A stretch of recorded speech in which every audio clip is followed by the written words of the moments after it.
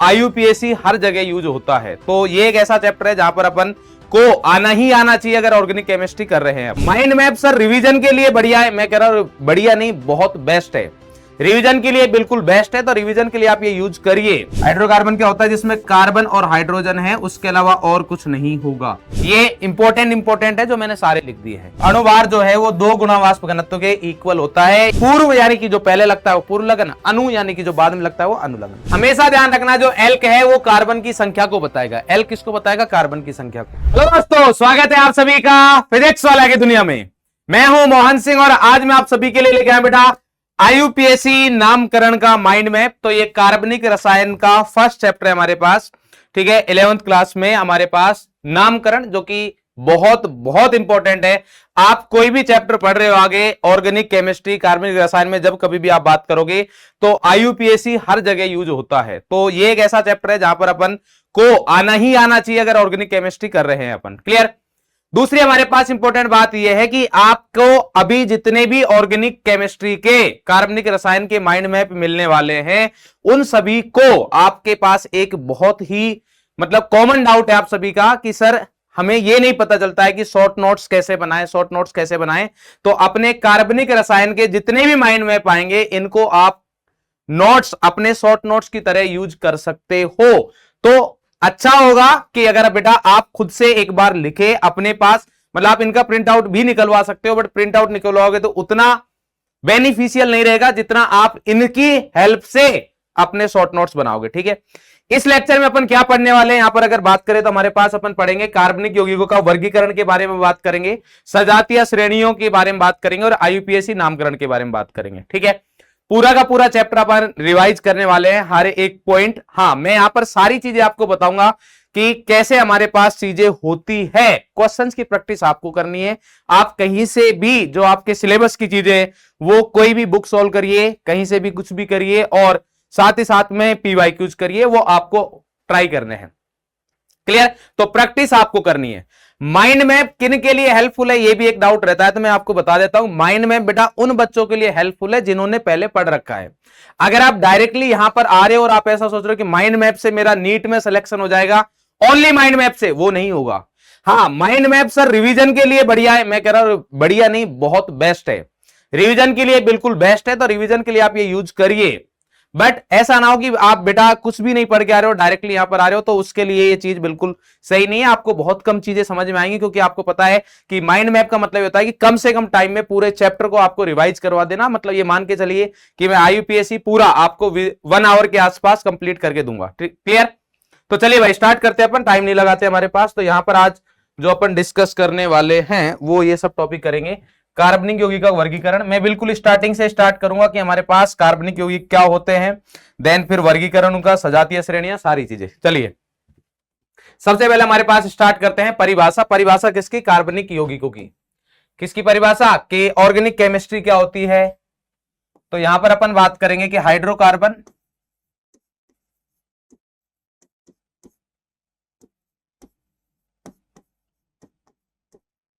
एवं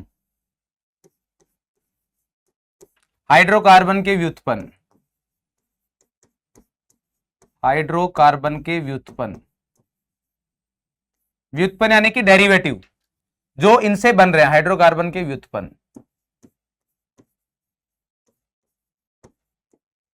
को अपन क्या बोलते हैं? ऑर्गेनिक कंपाउंड्स बोलते हैं, यानी कार्बनिक यौगिक बोलेंगे। इन सबको क्या बोलेंगे अपन? मिक्स। ये हमारे पास जो होते हैं इनको क्या बोलते हैं अपन? कार्बनिक यौगिक। क्या बोलेंगे बेटा? कार्बनिक यौगिक। और इनकी अपन जब स्टडी करते हैं तो उसी को बोलते हैं ऑर्गेनिक केमिस्ट्री, यानी कि कार्बनिक रसायन। क्लियर? अब अगर आप बात करो कि सर हाइड्रोकार्बन क्या होता है, तो हाइड्रोकार्बन बेटा हमारे पास वो होता है जिसमें सिर्फ और सिर्फ कार्बन और हाइड्रोजन होता है। हाइड्रोकार्बन क्या होता है? जिसमें कार्बन और हाइड्रोजन है, उसके अलावा और कुछ नहीं होगा। ये आपने पढ़ रखे हैं, एल्केन, एल्कीन, एल्काइन, बेंजीन वगैरह, ये सब हमारे पास हाइड्रोकार्बन, क्योंकि इनमें जो हमारे पास है सिर्फ कार्बन और हाइड्रोजन है, उसके अलावा और कोई तत्व नहीं है। क्लियर? देन बात करते हैं अपन हाइड्रोकार्बन की व्युत्पन्न। तो अगर व्युत्पन्न की बात की जाए, व्युत्पन्न मतलब जो हाइड्रोकार्बन से बने हैं, तो हाइड्रोकार्बन क्या होता है हमारे पास? हाइड्रोकार्बन होता है बेटा RH। जनरली हाइड्रोकार्बन को RH से अपन प्रदर्शित करते हैं। अगर H को हटा के मान लीजिए मैं यहां पर हेलोजन लगा दूं, X को हटा के मैं OH लगा दूं, एक्स को हटा के, सॉरी एच को हटा के मैं क्या लगा दूं, NH2 लगा दूं, तो ये सब क्या है, व्युत्पन्न है किसके, हाइड्रोकार्बन के। और इन सभी को कंबाइंड फॉर्म में, ये भी ऑर्गेनिक कंपाउंड है, यानी कि और कार्बनिक यौगिक है, और ये सब भी क्या है, कार्बनिक यौगिक है। बट इनको अपन प्योरली ऐसा भी बोल सकते हैं कि ये हाइड्रोकार्बन है। क्लियर। अब आता है इससे आगे हमारे पास, देखो प्राण शक्ति सिद्धांत या वाइटल फोर्स थ्योरी है हमारे पास। ये आप सभी ने पढ़ा होगा। वाइटल फोर्स थ्योरी के अकॉर्डिंग पहले ऐसा माना जाता था कि जो कार्बनिक यौगिक है उनको बेटा प्रयोगशाला में नहीं बना सकते। कार्बनिक यौगिक जो है केवल जीवित जीवों में ही मिलते हैं। किस में मिलते हैं, जीवित जीवों में मिलते हैं। इनको प्रयोगशाला में नहीं बना जा सकता, यानी कि लेबोरेटरी में नहीं बनाए जा सकते। पहला कार्बनिक यौगिक जो है, पहला कार्बनिक यौगिक प्रयोगशाला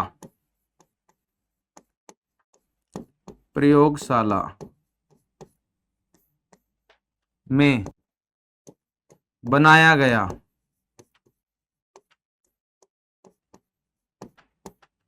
कार्बनिक यौगिक जो है वो कौन सा है बेटा,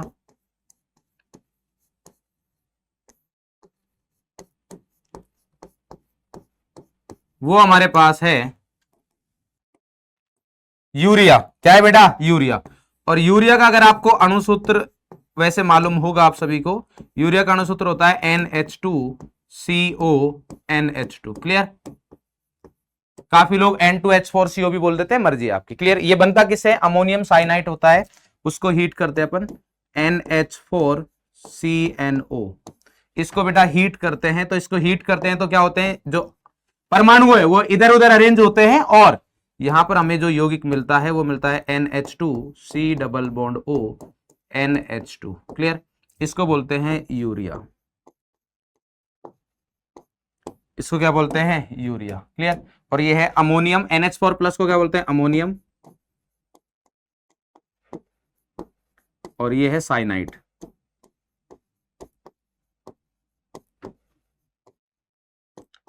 इस अभिक्रिया के बाद काफी सारी चीजें पता चली। इस अभिक्रिया के बाद पता चली कि यार एक ही अणुसूत्र के एक से ज्यादा यौगिक हो सकते हैं, और जिनको अपन क्या बोलते हैं, आइसोमेरिज्म, यानी कि समावयवी। क्या बोलते हैं, समावयवी। तो यहां से अपन को समावयवता के बारे में भी पता चलता है, जो कि हमारा नेक्स्ट चैप्टर होने वाला है। क्लियर।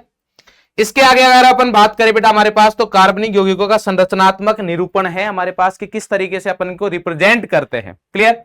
तो कार्बनिक यौगिकों को रिप्रेजेंट करने की जनरली हमारे पास 3 विधियां है। कौन कौन सी है, पहली हमारे पास है पूर्ण संरचनात्मक सूत्र, पूर्ण यानी कि सब कुछ दे रखा है उसमें। दूसरा है संगणित, यानी कि कुछ संगणित फॉर्म में। और तीसरा हमारे पास जो है वो हमारे पास कौन सा है बेटा, आबंध रेखा, यानी कि बॉन्ड लाइन स्ट्रक्चर। तीसरा कौन सा है, बॉन्ड लाइन स्ट्रक्चर। पहले की अगर बात करें तो इसमें सभी बंध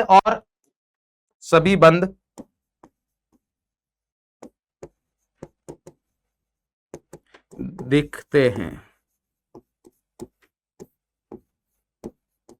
सभी बंध वगैरह है जो दिखते हैं। लोन पेयर का जरूरी नहीं है कि वो दिखे ना दिखे, कोई जरूरी नहीं है।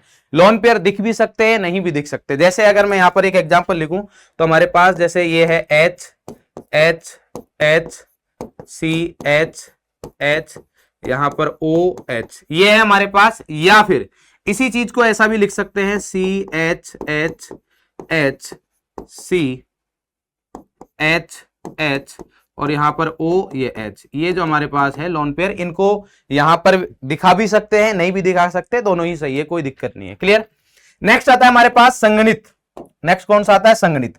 तो संगणित में क्या करते हैं हमारे पास कि जो एक परमाणु के पास एक जैसे ज्यादा परमाणु हैं उनको कोष्टक में लिख देते हैं। किसमें लिख देते हैं, कोष्टक में, और उनके साथ उनका नंबर लिख देते हैं। जैसे इसी अणु को अगर लिखा जाए तो ये क्या है हमारे पास C, इसके साथ कितने हाइड्रोजन है, 3, तो 3 को यहीं पर लिख दो, यहां पर, और ये लिख दिया नंबर, देन एकल बंध। उसके बाद क्या है, इस कार्बन के पास क्या है, 2 है, H2, ये लिख दिया, और देन क्या लिख दिया अपन ने, OH, देन क्या लिख दिया अपन ने, OH। ये हमारे पास क्या हो गया, यहां पर O और H के बीच में बंध दिखा सकते हो आप, ये हमारे पास आ गया CH3 CH2 OH। क्लियर।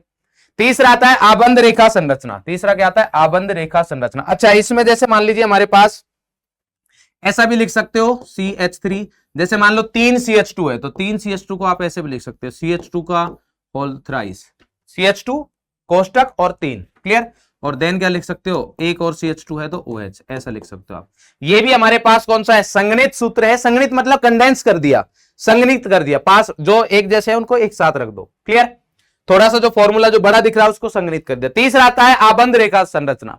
आबंध रेखा संरचना में क्या होता है कि यहां पर कार्बन हाइड्रोजन बंध जो है वो नहीं दिखते हैं। कार्बन हाइड्रोजन का कोई भी बंध यहां पर नहीं दिखेगा। क्लियर, कार्बन हाइड्रोजन बंध नहीं दिखेगा, कार्बन नहीं दिखेगा, कार्बन भी नहीं दिखेगा, हाइड्रोजन भी नहीं दिखेगा। क्लियर, कार्बन हाइड्रोजन का बंध नहीं दिखेगा, कार्बन नहीं दिखेगा, और साथ ही साथ में हाइड्रोजन भी नहीं दिखेगा। जैसे मान लीजिए हमारे पास ये इथाइल एल्कोहल है, इसी को अगर अपन को लिखना है, इथाइल एल्कोहल मतलब एथिल एल्कोहल जो है हमारे पास, तो इसको अगर अपन लिखेंगे तो 2 कार्बन है, तो ये हमारे पास 2 कार्बन आ गया और ये आ गया OH। बोले सर ये H तो दिख रहा है, ये H वो दिखेगा जो हेटेरो एटम के साथ जुड़ा हुआ है। जो हमारे पास कार्बन के अलावा कोई दूसरा परमाणु है उसके साथ अगर जुड़ा हुआ है तो अपन मतलब विषम परमाणु जिसको अपन बोलते हैं, अगर विषम परमाणु के साथ हाइड्रोजन जुड़ा हुआ है तो उसको देखेंगे, अगर विषम परमाणु के साथ नहीं जुड़ा हुआ है तो नहीं देखेंगे। तो मैं यहां से इसको क्रॉस कर देता हूं। क्लियर, समझ में आ गई बात। अगर ये जैसे यहां पर हमारे पास इस कार्बन, यहां पर क्या है कार्बन, यहां भी क्या है कार्बन, ये दिखेंगे नहीं, बट जितने भी आपको मुड़ाव तुड़ाव जो भी दिखेंगे वो सब हमारे पास क्या है कार्बन। जैसे मान लीजिए आपके पास ये बना हुआ है, तो इसका क्या मतलब है, इसका मतलब ये कि इधर कार्बन है, इधर कार्बन है, इधर कार्बन है, इधर कार्बन है, इधर कार्बन है, इधर कार्बन है, और इन कार्बन की जो वैलेंसी है वो हाइड्रोजन पूरी करेगा। अगर मान लीजिए सर किसी के बीच में द्विबंध हुआ तो 2 लगा दो। अगर मान लो त्रिबंध हुआ तो मान लीजिए हमारे पास त्रिबंध है तो अपन ये लगा देंगे। तो इसका मतलब है कि यहां कार्बन कार्बन के बीच में क्या है, त्रिबंध है। क्लियर, चलिए भाई नेक्स्ट अगर अपन बात करें यहां पर, तो अब आते हैं हमारे पास महत्वपूर्ण बिंदु। महत्वपूर्ण बिंदु में अगर हम बात करें तो यहां पर हमारे पास आता है डिग्री ऑफ कार्बन। क्या आता है, degree of carbon, degree of hydrogen, degree of alcohol और degree of amine. Amine, amine बोल लो या एमीन बोल लो। क्लियर, तो यहां पर अगर अपन बात करें कि देखो प्राथमिक कार्बन किसको बोलते हैं अपन, प्राथमिक कार्बन,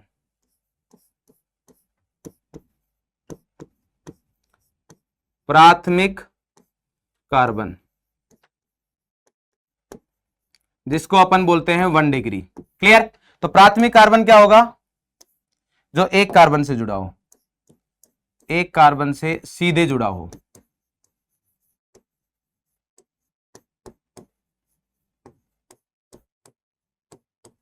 क्लियर, अगर अपन बात करें द्वितीय कार्बन की,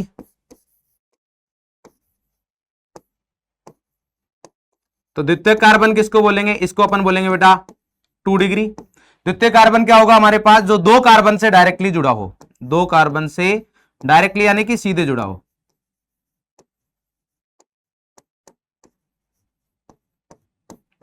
दो कार्बन से सीधे जुड़ा है। क्लियर, तृतीयक,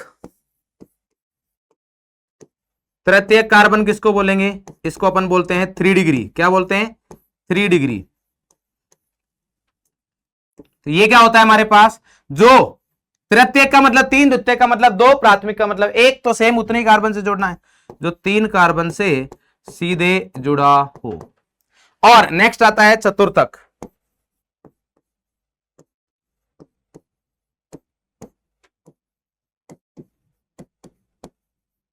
इसको क्या बोलते हैं, 4 degree. Primary, secondary, tertiary, quaternary. Clear, तो यहां पर ये क्या हो जाएगा, कितने कार्बन जुड़ा होगा, 4 कार्बन से सीधे जुड़ा हो। क्लियर, अब यहां पर आता है हमारे पास 3 लोग और हैं या 4 लोग हैं जिनकी अपन डिग्री की बात करते हैं। एक होता है हमारे पास हाइड्रोजन। तो देखो हाइड्रोजन एक ही बंध बताता है, तो उसके साथ कितने जुड़े हुए हैं हाइड्रोजन वगैरह या कार्बन वगैरह, उसका कोई सेंस नहीं है पूछने का, क्योंकि वो एक ही बंध बनाता है तो उसके साथ तो एक ही जुड़ेगा। सेम चीज अगर मैं बात करूं हेलोजन की, तो हेलोजन में भी हमारे पास जब कार्बनिक यौगिक में देखते हैं तो हमारे पास एक ही बंध बनता है। तो यहां पर भी जो डिग्री है वो कार्बन के अकॉर्डिंग डिसाइड करते हैं। और एल्कोहल, एल्कोहल बोलते हैं OH को, तो OH में भी हमारे पास यहां पर एक ही बंध फ्री है, एक ही बंध मुक्त है, तो यहां पर भी ये एक ही बंध बना पाएगा। तो हाइड्रोजन, हेलोजन और एल्कोहल की डिग्री भी कार्बन वाली डिग्री होती है। तो यहां पर अपन लिख देते हैं, एक पॉइंट लिख लीजिएगा, रोचक पॉइंट, रोचक पॉइंट है रोचक पॉइंट, बिंदु भी लिख सकता हूं बट मैं पॉइंट ही लिखूंगा यहां पर। क्लियर। रोचक पॉइंट क्या है कि हाइड्रोजन, हेलोजन तथा एल्कोहल की डिग्री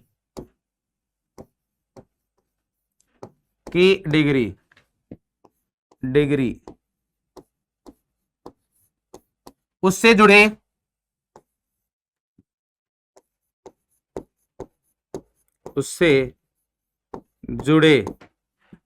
या बंधित भी लिख सकते हो, मर्जी आपकी, कार्बन की डिग्री ही होती है। जो उससे जुड़े कार्बन की डिग्री है वही एल्कोहल की डिग्री हो जाएगी, वही किसकी हो जाएगी, हेलोजन की, और वही डिग्री किसकी हो जाएगी, हाइड्रोजन की। इसके अलावा हमारे पास एक प्राणी और है इस जगत में, वो कौन है, एमाइन। कौन है, एमाइन, या जिसको अपन बोलते हैं एमीन। तो एमीन की अगर डिग्री बात करें तो अपन बोलते हैं प्राथमिक एमीन। क्या बोलते हैं, प्राथमिक एमीन। प्राथमिक एमीन क्या होता है भाई, प्राथमिक एमीन होता है हमारे पास, जो इसको जो डिनोट करते हैं वो किससे प्रदर्शित करते हैं, RNH2 से। R का मतलब ये कि ये हाइड्रोकार्बन वाला पार्ट है, मतलब इसमें कार्बन और हाइड्रोजन है।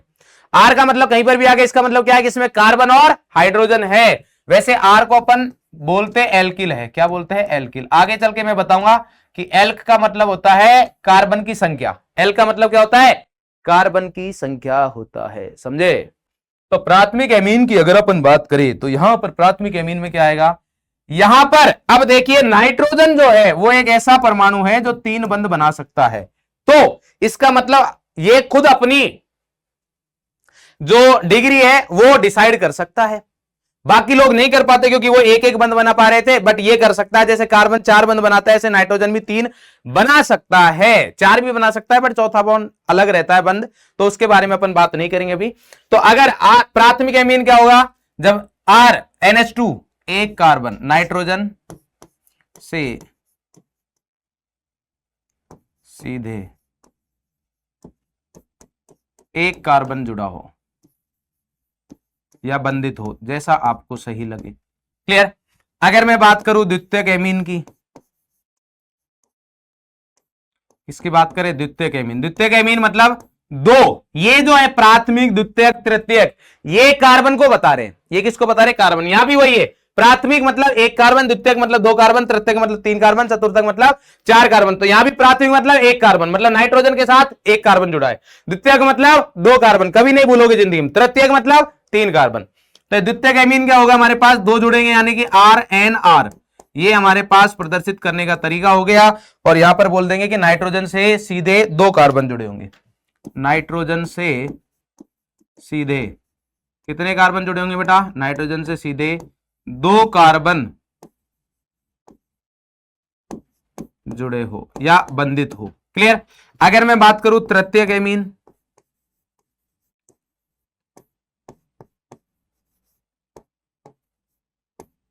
तो 3, तृतीयक मतलब 3 कार्बन, तो यहां पर 3 एल्किल समूह लगा दिए मैंने। तो यहां पर क्या बोल देंगे, नाइट्रोजन से सीधे 3 कार्बन जुड़े हो। अरे हो जा भाई, मन नहीं कर रहा है इसका, कोई नहीं। नाइट्रोजन से सीधे 3 कार्बन जुड़े हो। चतुर्थक किसी को लिखना हो तो क्या हो जाएंगे, 4। क्लियर। ऐसे अपन को डिग्री बताने हैं, तो मेरे हिसाब से सभी के डिग्री बिल्कुल क्लियर है, कोई दिक्कत नहीं होना चाहिए।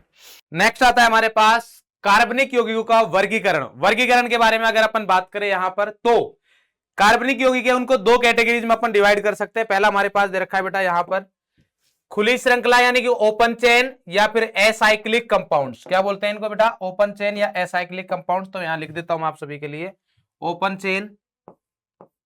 ओपन चेन या फिर एसाइक्लिक कंपाउंड्स। ओपन चेन या फिर एसाइक्लिक। क्लियर। या फिर एलिफेटिक। एलिफेटिक को इंग्लिश में एलिफेटिक ही बोलते हैं। नेक्स्ट हमारे पास आता है चक्रीय या फिर वलय या फिर बंद श्रृंखला यौगिक। चक्रीय मतलब यानी क्या हो गया हमारे पास, साइक्लिक। क्या हो गया बेटा, साइक्लिक। या फिर अपन बोल सकते हैं वलय यानी कि रिंग। ऐसे कंपाउंड जिनमें साइक्लिक यानी कि रिंग होती है उनको अपन बोलते हैं। क्लियर।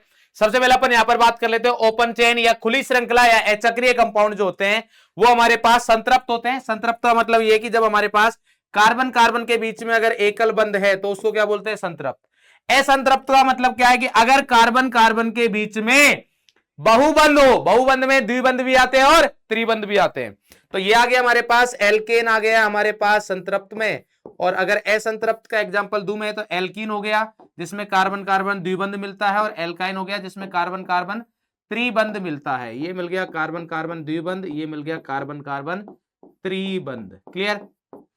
अब आता है हमारे पास चक्रीय वलय।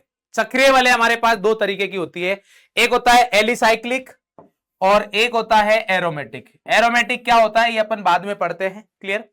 एरोमेटिक क्या होता है ये अपन डिटेल में आगे पढ़ेंगे कि हमारे पास एरोमेटिक क्या होते हैं। एलिसाइक्लिक में हमारे पास दो चीजें होती है, एलिसाइक्लिक उनको बोलेंगे जो एरोमेटिक नहीं है। क्लियर।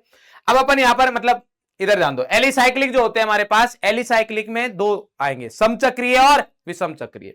समचक्रीय या इसको कार्ब चक्रीय भी बोलते हैं। क्यों बोलते हैं? समचक्रीय का मतलब यह है कि यहां पर जो रिंग बनी होगी ओनली कार्बन एटम होंगे, मतलब हाइड्रोजन वैलेंसी पूरी करने के लिए रहेंगे, उसकी संयोजकता पूरी करने के लिए हाइड्रोजन रहेंगे, बट जो वलय के मेंबर है, सदस्य, वो सिर्फ और सिर्फ कार्बन रहने वाले हैं। जैसे मान लीजिए हमारे पास ये आ गया या फिर हमारे पास ये आ गया है, ये सब क्या है हमारे पास, ये हमारे पास चक्रीय, कौन से वाले, समचक्रीय है। विषम चक्रीय में क्या होगा कि एक हेट्रो एटम यानी कि विषम परमाणु भी होगा। विषम परमाणु जैसे मतलब ऑक्सीजन हो गया, नाइट्रोजन हो गया, सल्फर हो गया, फास्फोरस हो गया, ऐसा कोई भी एक परमाणु, कम से कम एक से ज्यादा भी हो सकते हैं। और ध्यान रखना ये रिंग का सदस्य होना चाहिए। अगर आपसे कोई पूछे कि ये हमारे पास विषम चक्रीय वलय है या समचक्रीय, तो ये वलय समचक्रीय है। क्यों? क्योंकि वलय में ऑक्सीजन नहीं है, वलय के बाहर है। बात समझ में आ गई? तो अगर वलय का पार्ट मतलब वलय में विषम चक्रीय परमाणु हो तभी उसको अपन क्या बोलेंगे, विषम चक्रीय वलय बोलेंगे। ठीक है। तो यहां पर जैसे मान लीजिए हमारे पास ऐसा आ गया है, ये आ गया ऑक्सीजन, ये हमारे पास क्या हो गया, विषम चक्रीय। क्लियर। ये हमारे पास समचक्रीय ही है, ये हमारे पास क्या आएगा, एलिसाइक्लिक में आएगा। एरोमेटिक, एरोमेटिक में भी हमारे पास दो होते हैं, कौन कौन सी, समचक्रीय कार्बोसाइक्लिक और विषम चक्रीय। वही सेम, समचक्रीय का मतलब जिसमें सिर्फ कार्बन कार्बन हो इस तरीके से, या हमारे पास दो बेंजीन रिंग आ सकती है, ये आ गया। विषम चक्रीय NH, फ्यूरेन, ऑक्सीजन, सल्फर जिसको थायोफिन बोलते हैं, ये सब आ गया हमारे पास। क्लियर। तो ये ऑर्गेनिक कंपाउंड्स का मतलब कार्बनिक यौगिक का क्लासिफिकेशन है। क्लियर। काफी कुछ बेंजीनोइड, नॉन बेंजीनोइड भी आता है। बेंजीनोइड हमारे पास ऐसे एरोमेटिक यौगिक जिनमें बेंजीन हो। नॉन बेंजीनोइड किसको बोलते हैं, ऐसे एरोमेटिक यौगिक जिसमें बेंजीन ना हो। जैसे ये बेंजीन नहीं है बट एरोमेटिक है, ये बेंजीनोइड वाले हैं। क्लियर। चलिए भाई, अब नेक्स्ट आता है हमारे पास यहां पर, नेक्स्ट जो हमारे पास चीज है वो है हमारे पास क्रियात्मक या प्रक्रियात्मक समूह। चीज आती है हमारे पास क्रियात्मक समूह या प्रकार्यात्मक समूह। कार्यात्मक समूह नाम से ही पता चल रहा है कि इसका काम क्या है, जो भी समूह है या जो यौगिक है उसमें जो भी कार्य हो रहा है, कार्य यानी कि जो उसके रासायनिक गुण है, जो वो अभिक्रियाएं करेगा, वो सब किसकी वजह से होगा, इसकी वजह से होगा। इसको अंग्रेजी भाषा में फंक्शनल ग्रुप बोलते हैं। क्या बोलते हैं, फंक्शनल ग्रुप।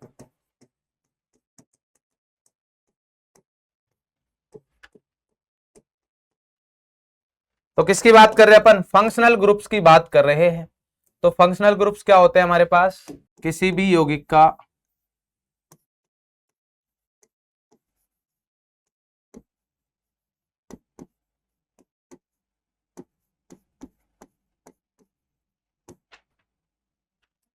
किसी भी यौगिक में परमाणु या परमाणुओं का वह समूह, परमाणुओं का समूह जो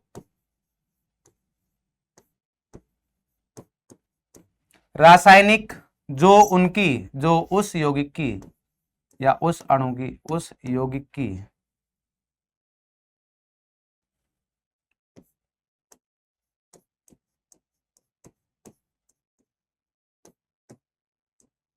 रासायनिक,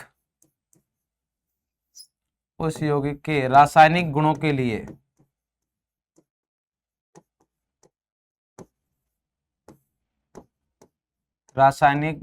लिए जिम्मेदार होता है।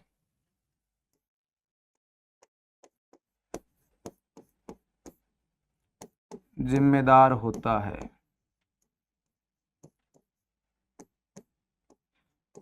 अगर हमारे पास मान लीजिए कोई अलग अलग यौगिक है बट उनमें फंक्शनल ग्रुप यानी कि क्रियात्मक समूह समान है, तो इसका मतलब यह कि उनकी जो रासायनिक गुण है समान प्रकृति के होंगे। रासायनिक गुण क्या होंगे? समान प्रकृति। जैसे जितने भी एल्केन है उनके रासायनिक गुण समान ही होते हैं, जितने भी एल्कीन है उनके रासायनिक गुण क्या होते हैं? समान होते हैं। जितने भी एल्काइन है उनके रासायनिक गुण क्या होंगे? समान होंगे। जितने भी एल्कोहल है उनके रासायनिक गुण क्या होंगे? समान होंगे। अब यहां पर हमारे पास कुछ पॉइंट्स आते हैं, तो लिखिए रोचक पॉइंट। ये कुछ वो पॉइंट है जो आपको अलग से याद रखने चाहिए।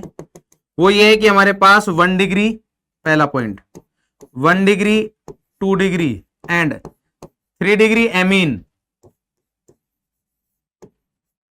अलग अलग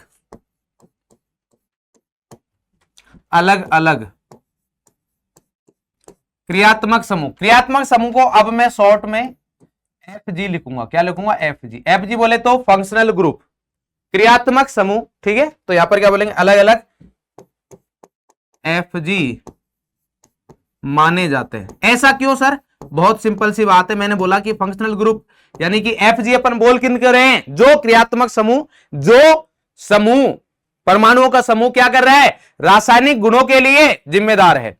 तो ये 1 डिग्री 2 डिग्री और 3 डिग्री एमीन है, इनके रासायनिक गुण अलग होते हैं, इसलिए इनको अलग कंसिडर करते हैं। क्लियर? इनको अलग माना जाता है। ये हो गया हमारे पास पॉइंट नंबर 1। पॉइंट नंबर 2 क्या है? सेम ऐसे ही 1 degree 2 degree and 3 degree amide भी क्या होते हैं? अलग अलग FG माने जाते हैं। कैसे सर? ये कौन होते हैं? एमाइड किसको बोलते हैं? वैसे आप सभी को पता होगा, नहीं पता तो RC डबल बॉन्ड ON, ये जो ग्रुप है ये एमाइड ग्रुप होता है। क्लियर? यहां पर ध्यान देना, वही सेम 1 डिग्री यानी कि प्राथमिक, 2 डिग्री यानी कि द्वितीयक, 3 डिग्री यानी कि तृतीयक। तो मैं यहां पर बोलूंगा कि अगर RC double bond O nitrogen के साथ एक कार्बन जुड़ा हुआ है तो ये हो गया 1 डिग्री। क्या हो गया? 1 डिग्री। दूसरा 2 डिग्री क्या हो जाएगा? RC डबल बॉन्ड ON, और यहां पर क्या आ गया? R डैश मान लो, अलग भी हो सकता है सेम भी हो सकता है। ये कितना हो गया? 2 डिग्री। ये क्या हो गया हमारे पास? 2 डिग्री। तीसरा RC डबल बॉन्ड ON, आप खुद बताइए यहां पर ये नाइट्रोजन के साथ कितने कार्बन जुड़े हुए हैं? 3। एक ये, एक ये, एक ये, तो इसको क्या बोलेंगे अपन? 3 डिग्री। तो ये तीनों अलग अलग क्रियात्मक समूह काउंट किए जाते हैं। क्यों बता रहे हो सर इतना? क्योंकि बेटा जब आप आगे समावयवता पढ़ोगे तो वहां पर क्रियात्मक समावयवता आएगी, वहां पर ये चीज काम आएगी। क्लियर? लास्ट पॉइंट है हमारे पास कि फिनोल एंड एल्कोहल, फिनोल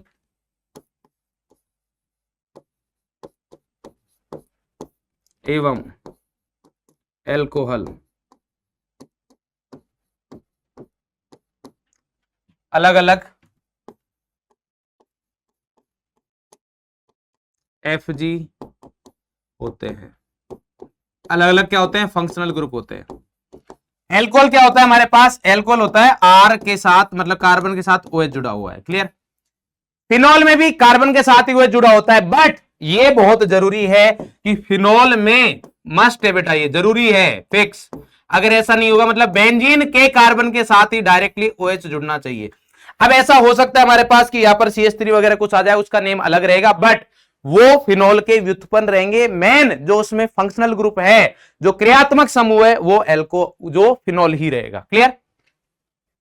चलिए नेक्स्ट अगर अपन बात करें यहां पर, तो आता है हमारे पास सजातीय श्रेणियां। इनको समांगी भी बोलते हैं, कहीं कहीं पर आप समांगी भी पढ़ लोगे। ठीक है? तो ऐसा मत सोचना ओहो सर ने समांगी नहीं बताया।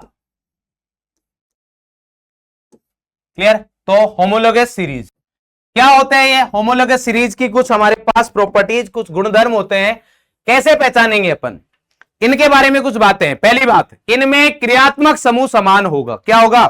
क्रियात्मक समूह क्या रहेगा, समान रहेगा। ठीक है सर, अगर क्रियात्मक समूह समान होगा तो आपने अभी बोला कि क्रियात्मक समूह ही एक ऐसे लोग हैं जो किसी यौगिक की रासायनिक अभिक्रियाओं का निर्धारण करते हैं। तो इसका मतलब यह है कि सर इनके रासायनिक गुण भी समान होंगे। बिल्कुल सही बात है, समान क्या होंगे, रासायनिक गुण होंगे।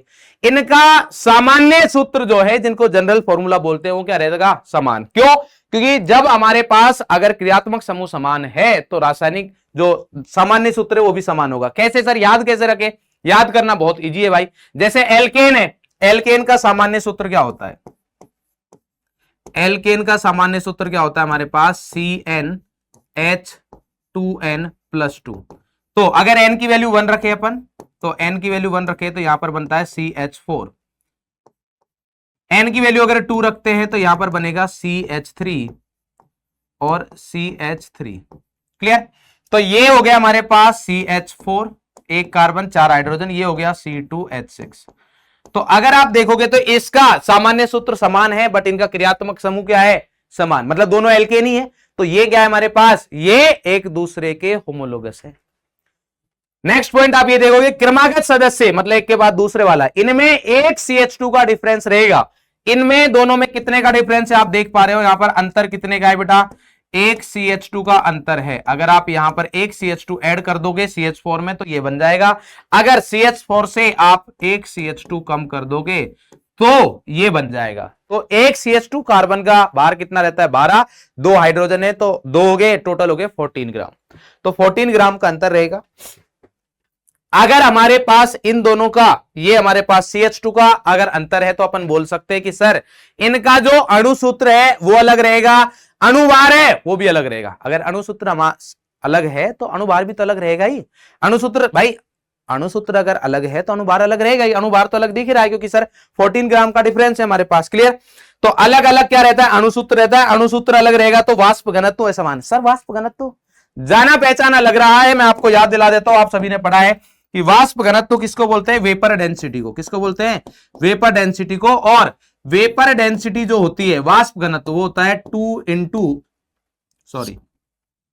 अणुभार, हिंदी लिख देता हूं आप सभी के लिए, अणुभार इज इक्वल टू बराबर होगा 2 गुणा वाष्प घनत्व के, 2 गुणा वाष्प घनत्व के। क्लियर, ये बात समझ में आती है। तो अणुभार जो है वो 2 गुणा वाष्प घनत्व के इक्वल होता है, यानी कि molecular weight is equal to 2 गुणा वेपर डेंसिटी। तो अब मुझे बताइए, अगर मॉलिक्यूलर वेट दो यौगिकों का अलग है तो वाष्प घनत्व भी अलग रहेगा, क्योंकि दो तो एक हमारे पास कांस्टेंट है, नियतांक है। क्लियर।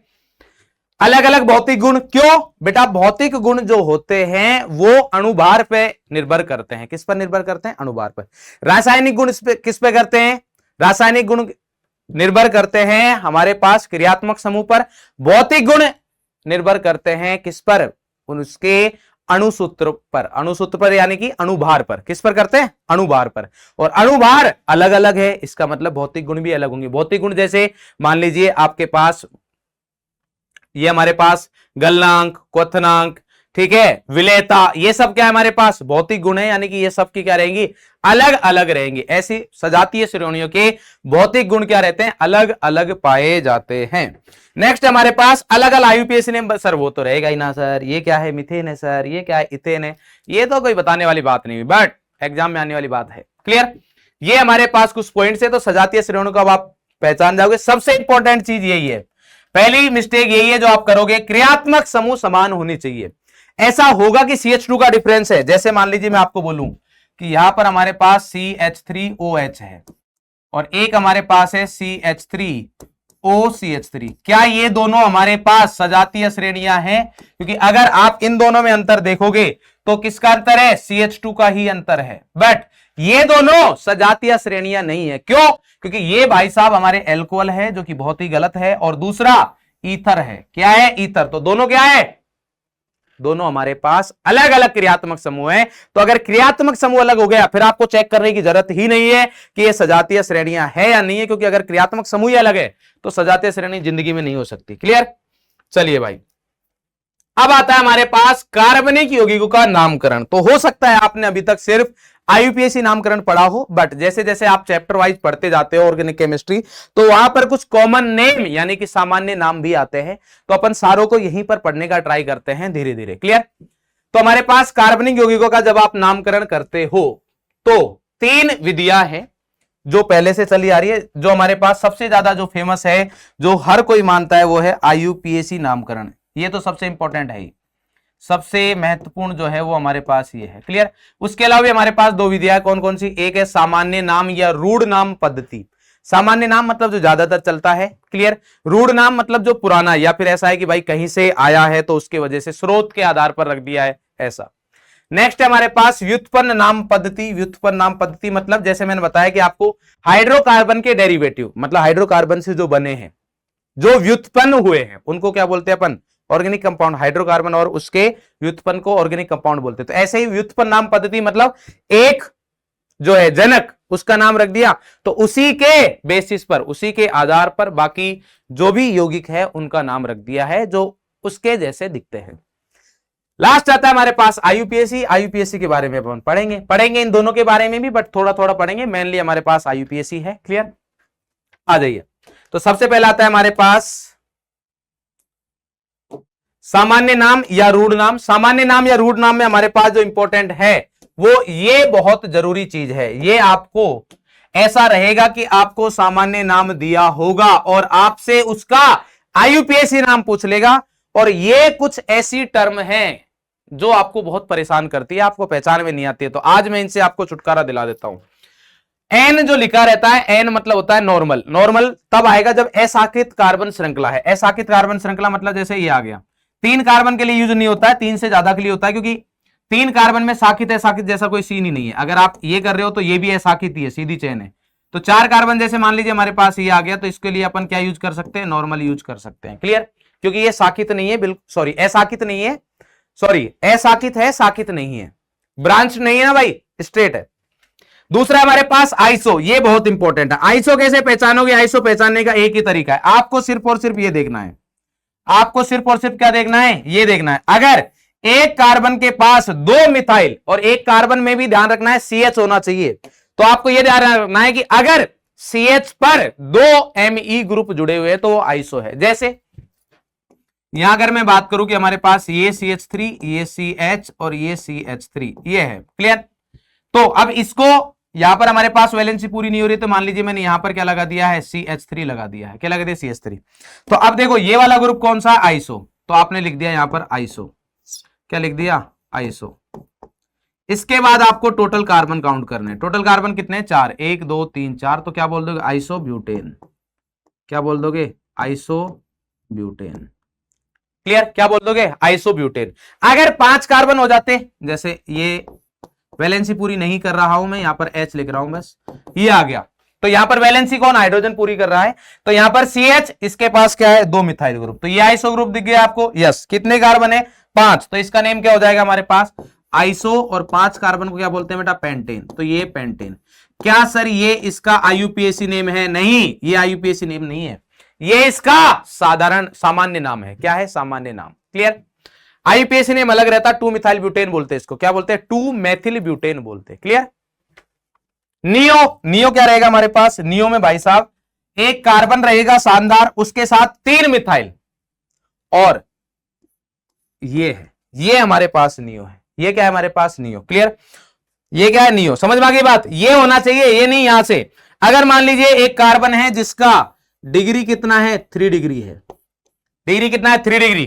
तो टर्सरी, ये TERT का मतलब होता है टर्सरी।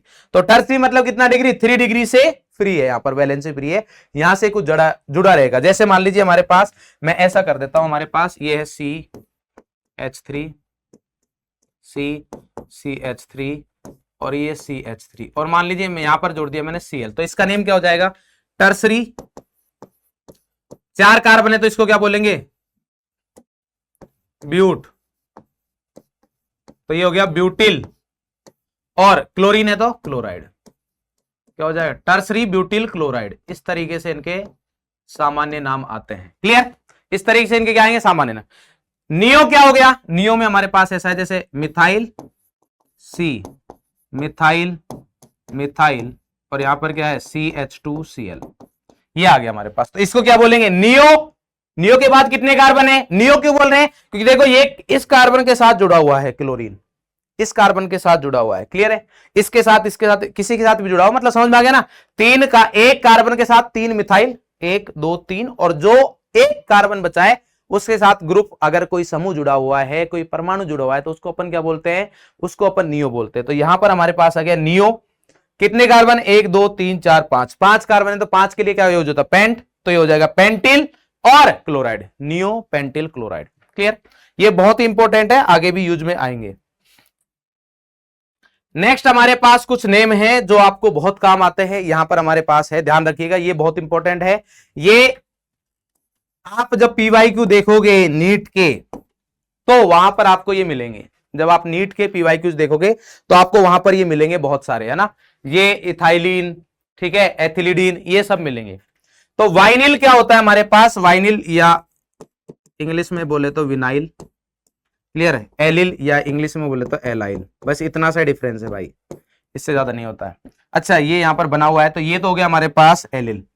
वाइनिल क्या होता है, वाइनिल होता है हमारे पास CH2 डबल बॉन्ड CH। ये देखो, माइंड मैप का मतलब ये होता है कि कम से कम टाइम में सारी इंफॉर्मेशन दे दी जाए, तो उसके लिए पहले से बहुत काम करना पड़ता है, इसलिए मैं सारी चीजें लिख के लाया हूं। मैं चाहता हूं कि आपके पास 1 आवर के आसपास सारी चीजें खत्म हो जाए, मेरा ये मतलब मोटिव है, क्लियर है, ट्राई कर रहे हैं अपन। तो यहां पर हमारे पास ये दे रखा वाइनिल, तो वाइनिल में क्या होगा, CH2 डबल बॉन्ड CH, ये हमारे पास वाइनिल है। ये कौन सा ग्रुप है, वाइनिल, और ये कौन सा ग्रुप है, एलिल, कौन सा ग्रुप है, एलिल। तो यहां पर मान लीजिए हमारे पास अगर क्लोरीन लग गया तो उसको बोल देंगे एलिल क्लोराइड, यहां पर क्लोरीन लग गया तो एलिल, सॉरी वाइनिल क्लोराइड, अगर एल्कोहल लग जाता तो एलिल वाइनिल एल्कोहल, यहां पर लग जाएगा तो क्या बोलेंगे उसको, allyl alcohol, clear. Ethylene, ethylene क्या होता है, देखो इन, इन बताता है डबल बॉन्ड को, ऐसे याद रखना, इन किसको बताता है, डबल बॉन्ड को। तो ये हमारे पास ऐसे याद रखिए, CH2 और ये डबल बॉन्ड है, इसको बोलते हैं अपन इथीन, क्या बोलते हैं, एथीन, क्या बोलते हैं, एथीन। अगर इसमें से मैंने एक डबल बॉन्ड हटा दिया तो 2 वैलेंसी फ्री है, बस इसी को बोलते हैं अपन इथाइलिन, इसको क्या बोलते हैं, इथाइलिन। तो यहां पर ऐसा आ सकता है कि हमारे पास जैसे Cl लग गया तो इसको बोल देंगे एथाइलिन क्लोराइड, क्या बोल देंगे, एथाइलिन क्लोराइड, क्लियर। ये है एथिलीडीन, एथिलीडीन, तो इसमें हमारे पास क्या होगा, CH3CH, और दोनों वैलेंसी जो है एक ही कार्बन से अगर फ्री है तो उसको बोलते हैं एथिलीडीन। तो आपके पास अगर नेम आता है कि एथिलीडीन का IUPAC नेम बताओ, एथिलीडीन क्लोराइड का IUPAC नेम बताओ, एथिलीडीन क्लोराइड का IUPAC नेम बताओ, तो एथिलीडीन क्लोराइड का IUPAC नेम का मतलब क्या है कि एक ही कार्बन पर 2 क्लोरीन लगे हुए, ये एथ जो है नंबर ऑफ कार्बन को बता रहा है, नंबर ऑफ कार्बन कितने हमारे पास, 2, क्लियर। तो ये हो गया एथिलीडीन क्लोराइड, ये हो गया इथाइलिन क्लोराइड।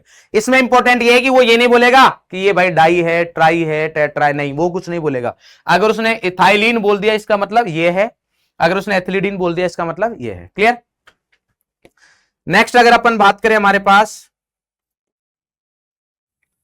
तो कुछ प्रमुख सामान्य नाम है जो स्रोत के आधार पर अगर अपन बात करें, तो स्रोत के आधार पर हमारे पास कौन कौन से हैं, जैसे हमारे पास ये कुछ नाम है, CH4 सामान्य नाम मार्स गैस, ये मार्स वाला जो एरिया रहता है वहां से मिलता है, CH3OH कार्बिनोल, HCOH फॉर्मिक अम्ल, ये चींटियों से मिलता है, लाल चींटियों से, ऐसे करके कुछ नेम दे रखे हैं जो आपको याद रखने, क्लियर। तो आपके लिए वो मैं लिख के ले आया हूं, सिर्फ प्रोनाउंस करूं कोई फायदा नहीं है, ये इंपॉर्टेंट है जो मैंने सारे लिख दिए हैं, क्लियर। इनमें से मैक्सिमम को आप जानते हो, अगर हो सकता है तो हो सकता है इन 3 को नहीं जानते हो, 7 8 9 को, तो ये ध्यान रखना, ये तो बहुत पढ़ा होगा आपने, ये और ये तो आपने बहुत पढ़े होंगे, किसमें, जब आप ऑप्टिकल आइसोमेरिज्म पढ़ते हो, क्लियर, प्रकाशीय समावेता, और ये आपने पढ़ा होगा जब, अच्छा मैलिक अम्ल है, ये तो नहीं पढ़ा होगा जनरली।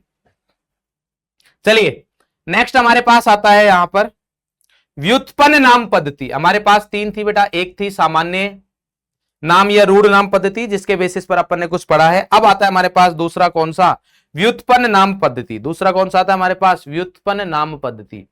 व्युत्पन्न नाम पद्धति में अपन जितने भी क्रियात्मक समूह हैं उनको 2 कैटेगरीज में डिवाइड कर सकते हैं। कितनी कैटेगरीज में कर सकते हैं, 2 कैटेगरीज में।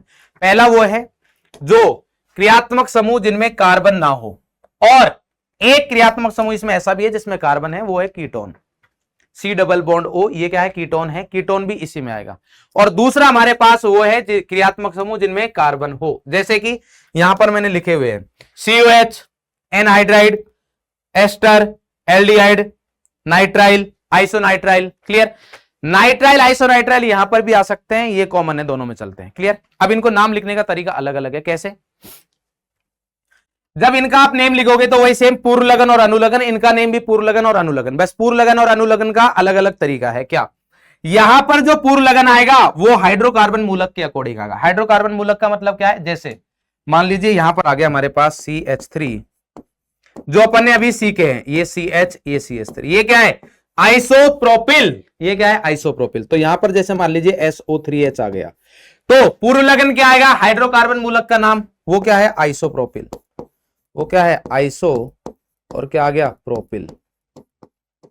क्लियर, और उसके बाद क्या है हमारे पास? उसके बाद सल्फोनिक अम्ल, तो ये आ गया सल्फोनिक अम्ल। इस तरीके से नेम आएंगे, और ये सब हाइड्रोकार्बन मूलक के नेम मैं आपको बता चुका हूं, हाइड्रोकार्बन मूलक का नेम मैं बता चुका हूं। तो ये हमारे पास है व्युत्पन्न नाम पद्धति। क्लियर, OH, आइसोप्रोपिल, अगर OH आ जाएगा तो एल्कोहल लग जाएगा। एल्कोहल, ऑल मत लगाना, ऑल IUPAC में आता है, एल्कोहल पूरा लिखना है। आइसोप्रोपिल एल्कोहल, SH आएगा तो थायो एल्कोहल, इस तरीके से। क्लियर, कीटोन के लिए कीटोन यूज करते हैं, जैसे कीटोन का मैं आपको एग्जांपल दूं तो ऐसा आ सकता है CH3, C double bond O, और यहां पर है C2H5। तो इसको क्या बोलोगे? देखो, एक क्या है हमारे पास? ये है एथिल, ये क्या है? मेथिल, और ये क्या? कीटोन। तो इसका नेम आएगा एथिल, मेथिल। ये आ गया हमारे पास किसके नेम? हाइड्रोकार्बन मूलक। ये हाइड्रोकार्बन मूलक, ये हाइड्रोकार्बन मूलक। और अब इसका नेम क्या है? कीटोन, पूरा कीटोन। कभी ऑन लगा के खुश हो जाओ, ऑन आता है IUPAC में। क्लियर, अब आते हैं हमारे पास ये लोग, इनमें बस चेंज क्या है? अनुलग्न हमारे पास इनके हर एक के अनुलग्न है अलग अलग, जो जनरली आप पढ़ते हो, इक वगैरह, मतलब यहां पर आ जाएगा इक अम्ल वगैरह, जो भी हमारे पास आते हैं वो सारे हैं। बट इसमें इंपॉर्टेंट चीज ये है कि यहां पर जो पूर्व लगन है वो अलग है, जो आप पढ़ते हो। एक कार्बन को बोलते हैं फॉर्म, 2 कार्बन को बोलते हैं एसिड, 3 कार्बन को बोलते हैं प्रोपियोन, 4 कार्बन को ब्यूटेर, 5 कार्बन को वेलर। क्लियर, ये हमारे पास है। तो बस पूर्व लगन है वो चेंज है, और अनुलग्न इनका अपना अपना अनुलग्न है, वो आएगा। जैसे मैं आपको कुछ एग्जांपल देता हूं, जिससे कि आपको चीजें समझ में आए। जैसे मान लीजिए हमारे पास ये आया HC डबल बॉन्ड OH, ये है भाई, कितने कार्बन है? एक कार्बन को क्या बोलते हैं? फॉर्म, और इसका जो अनुलग्न है वो क्या है? इक, तो ये हो गया फॉर्मिक। तो फॉर्म प्लस इक अम्ल, तो इसको अगर आप लिखोगे तो क्या बन जाएगा? फॉर्मिक अम्ल। क्या बन जाएगा बेटा? फॉर्मिक अम्ल बन जाएगा। बात समझ में आती है कि नहीं आती? मेरे हिसाब से तो आती होगी, क्यों नहीं आती भाई? आती है। ऐसे ही सेम मान लीजिए हमारे पास अगर यहां पर आ गया जैसे CH3, C double bond OH, कितने कार्बन है? 2 कार्बन को बोलते हैं एसिड। क्या बोलते हैं? एसिड। अब इसका एल्डिहाइड फंक्शनल ग्रुप है, तो इसका जो अनुलग्न है वो है एल्डिहाइड। क्या है? एल्डिहाइड। तो इसको क्या बोलते हैं? एसिटैल्डिहाइड। इसको क्या बोल देंगे? एसिटैल्डिहाइड।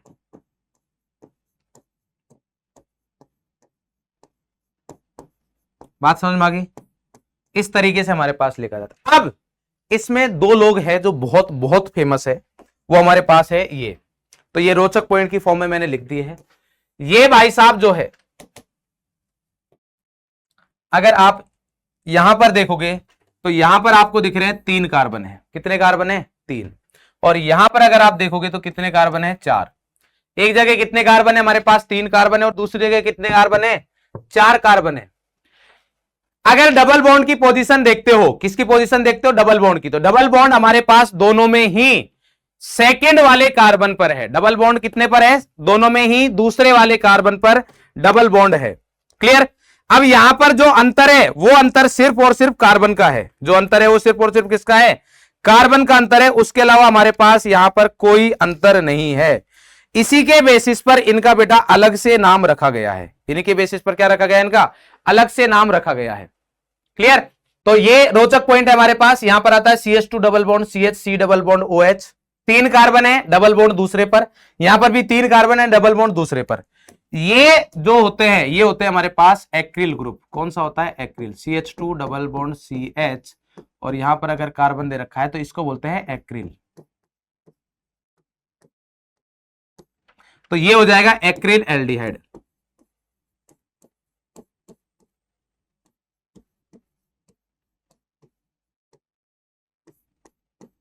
ये क्या हो जाएगा? Acrylic acid.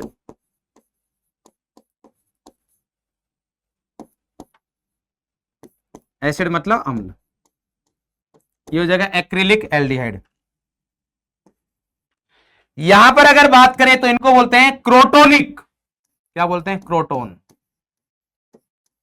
क्या बोलते हैं बेटा? क्रोटोन। तो यहां अगर मैं बात करूंगा तो इनको बोलेंगे, ये क्या है? क्रोटोनिक।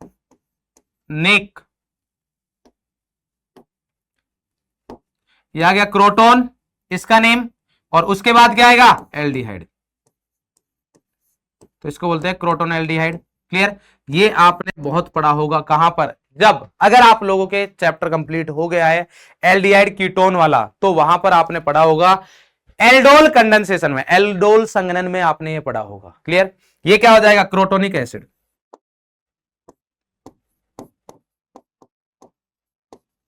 क्रोटोनिक अम्ल। क्लियर? ये हमारे पास आ जाएगा। अब आता है हमारे पास जिसका हमें इंतजार था, वो है IUPAC नामकरण। क्या है हमारे पास? IUPAC नामकरण। तो IUPAC नामकरण के 3, जैसे हम अपना नेम लिखते हैं तो अपने नेम में फर्स्ट नेम, मिडिल नेम और लास्ट नेम, ऐसे ही IUPAC के है भैया कि सबसे पहले आएगा हमारे पास उपसर्ग, जिसको आप पूर्व लग्न भी बोलते हो। देन आता है हमारे पास मूल, यानी कि मूल शब्द जो मेन नाम है हमारा, और लास्ट में आता है प्रत्यय। प्रत्यय बोलते हैं अनुलग्न को। तो अगर प्रत्यय और उपसर्ग आपको याद नहीं है, वैसे हिंदी में आपने पढ़ा है, बट अगर वो याद नहीं है, उसमें आप कंफ्यूज रहते हो, तो पूर्व यानी कि जो पहले लगता है वो पूर्व लगन, अनु यानी कि जो बाद में लगता है वो अनुलग्न। क्लियर? अब पूर्व लगन भी 2 तरीके के होते हैं, द्वितीयक और प्राथमिक। अनुलग्न भी 2 तरीके होते हैं, द्वितीयक और प्राथमिक। प्राथमिक कौन सा रहेगा? जो मूल शब्द के पास में है उसको प्रायोरिटी पर रखा जाएगा, मतलब वो प्राथमिक है, ऐसे याद रखना है। और द्वितीयक क्या है? जो दूर है। द्वितीयक जो दूर है, यानी कि द्वितीयक पूर्व लगन से स्टार्ट करेंगे और द्वितीयक अनुलग्न पर अपन नाम को खत्म करेंगे। क्लियर?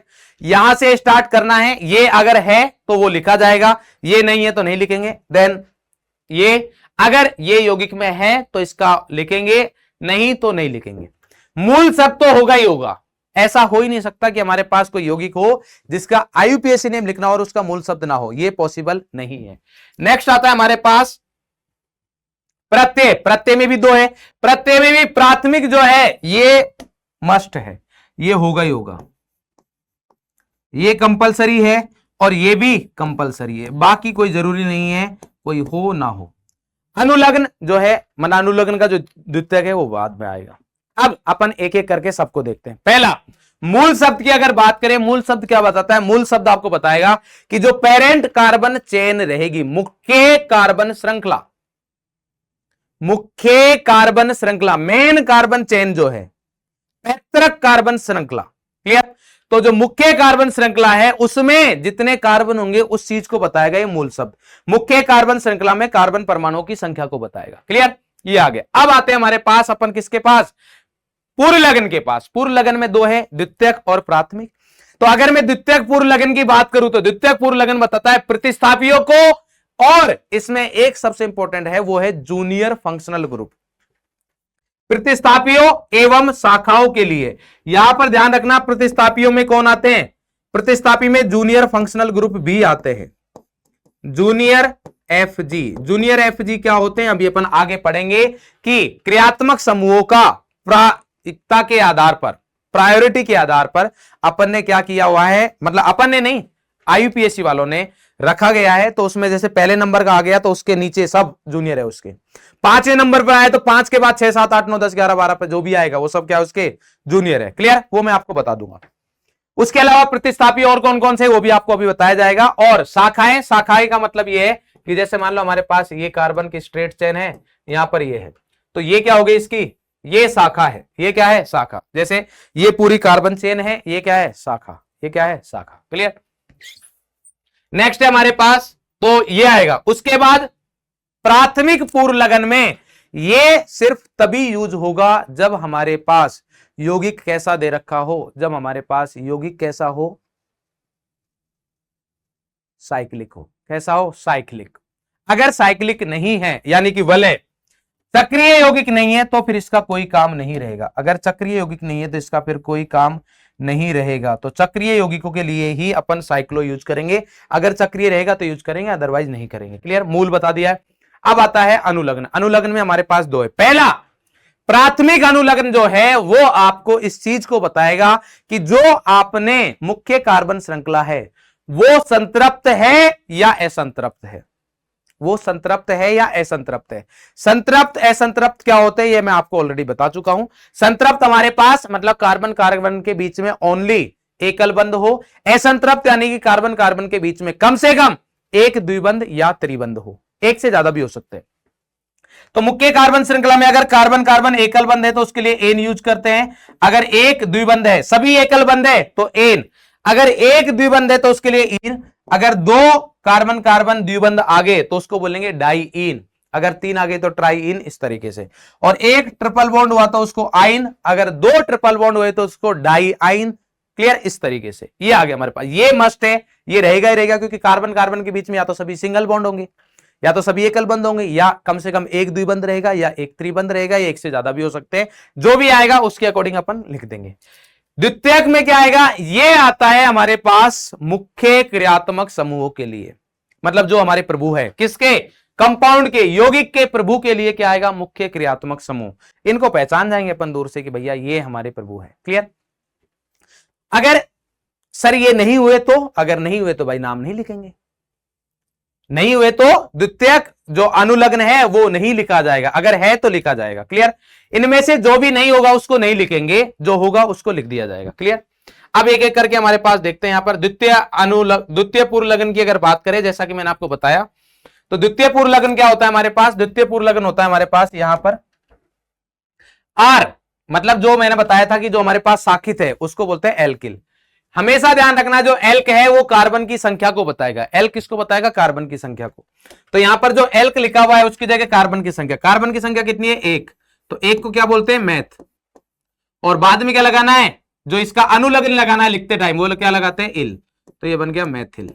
सेम यहां कितने कार्बन है, दो। तो एल्क को हटा के कार्बन लिख दो बस। दो कार्बन को क्या बोलते हैं, एथ। और क्या बन गया, इल। तो ये बन गया एथिल। क्लियर। देन आ गया यहां पर आर के साथ में ओ भी आ गया। आर के साथ में क्या गया, ओ। तो अगर आर के साथ में ओ आ गया तो इसको बोलते हैं अपन एल्कोक्सी। क्या बोलते हैं, एल्कोक्सी। ऑक्सीजन लगा है इसलिए ऑक्सी लगा है। एल्क किसको बताएगा, नंबर ऑफ कार्बन को, जो मैंने बताया हमेशा एल्क कहीं पर भी आ रहा है इसका मतलब नंबर ऑफ कार्बन को बता रहा है, कार्बन की संख्या को बता रहा है। किसको बता रहा है, कार्बन की संख्या को। तो यहां पर हमारे पास जैसे मान लीजिए OCH3 आ गया। क्या आ गया, OCH3। तो इसको क्या बोलेंगे अपन, इसको बोलेंगे मेथोक्सी। एक कार्बन है तो एल की जगह बस number of carbon. Number of carbon कितना है, एक। तो ये आ गया मिथोक्सी। क्लियर। यहां पर हमारे पास कितने कार्बन है, दो। तो दो को क्या बोलेंगे अपन, एथोक्सी। दो को क्या बोल देंगे अपन, इथोक्सी। क्लियर। तो सिर्फ आपको ये करना है। देन नाइट्रो, NO2 के लिए नाइट्रो यूज करते हैं, NO के लिए नाइट्रोसो, हेलोजेंस के लिए फ्लोरो क्लोरो ब्रोमो आयोडो, इस तरीके से यूज करते हैं। और भी होते हैं हमारे पास, जनरली ये यूज आते हैं। यहां पर रोचक पॉइंट हमारे पास ये है कि अगर किसी यौगिक में एक से अधिक क्रियात्मक समूह हो, एक से ज्यादा क्या हो, क्रियात्मक समूह हो, तब सीनियर क्रियात्मक समूह होगा उसका तो अनुलग्न यूज किया जाएगा।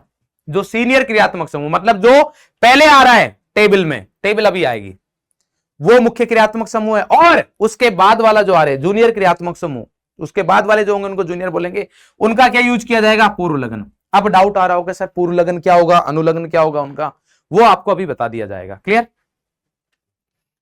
इसके बाद हमारे पास आता है मूल शब्द। मूल शब्द की क्या कहानी है भैया, मूल शब्द में हमारे पास एक कार्बन को बोलते हैं मैथ, दो कार्बन को एथ। इस तरीके से हमारे पास यहां पर चीजें लिखी गई है। Pro, but, pent, hex, hept जो भी है लिखा गया है। 12 तक है, फिर देन 20। जनरली हमारे पास 10 से कम यूज आते हैं। अगर 10 आएगा तो उसको डेक बोलते हैं, 11 को अनडेक, 12 को डोडेक। क्लियर। और 20 को इकोस। ये हमारे पास है। अब आते हैं हमारे पास जो क्रियात्मक समूह की अपन बात कर रहे थे उसके बारे में पॉइंट। क्रियात्मक समूह के हमारे पास नेम दे रखे हैं, तो देखो ये हमारे पास टोटल क्रियात्मक समूह कितने हैं, बहुत सारे हैं, बट मैंने यहां पर क्रियात्मक समूह आपको कितने लिखे हैं, 13। कितने लिखे, 13 सर, यार 4 ही दिख रहे, और भी आगे। क्लियर? तो आपको लग रहा है कि माइंड मैप वाला बिल्कुल इजी होता है, तुरंत रिकॉर्ड कर दिया जाता है, बट आप देख रहे हो यहां पर कितनी मेहनत लगती है, क्योंकि ये सारी चीज पहले लिखी है और कितना मतलब टाइम लगा हो वो आप नहीं देख सकते, है ना। तो आप लोगों के लिए बेटा मेहनत की जाती है, चाहे मीडियम कोई भी हो, चाहे हिंदी मीडियम हो चाहे इंग्लिश मीडियम हो, मेहनत यहां पर जो इस प्लेटफॉर्म पे खड़ा हो जाता है वो अपना 100% से ज्यादा ही देता है हमेशा। तो यहां पर आप देखते हो कि हमारे पास क्रियात्मक समूह का नाम, संरचना, आईयूपीएसी नाम, पूर्व लगन, अनुलग्न और विशेष अनुलग्न, ये कब लगेंगे इसके बारे में भी बताया जाएगा। क्लियर? अब याद करने की ट्रिक सबने अलग अलग बनाई हुई होती है, आपकी मर्जी, आपको कुछ याद है पहले से तो वो रखिए, नहीं तो मैं सिंपल तरीके से बताता हूं, मैं ऐसा ट्रिक व्रिक ज्यादा कुछ बनाता नहीं हूं, जहां जरूरत पड़ती है वो बनाएंगे। सिंपल, सबसे पहले जो अम्ल है उनका नाम लिख दो। तो पहला क्या है, कार्बोक्सिलिक, देन क्या आएगा, सल्फोनिक।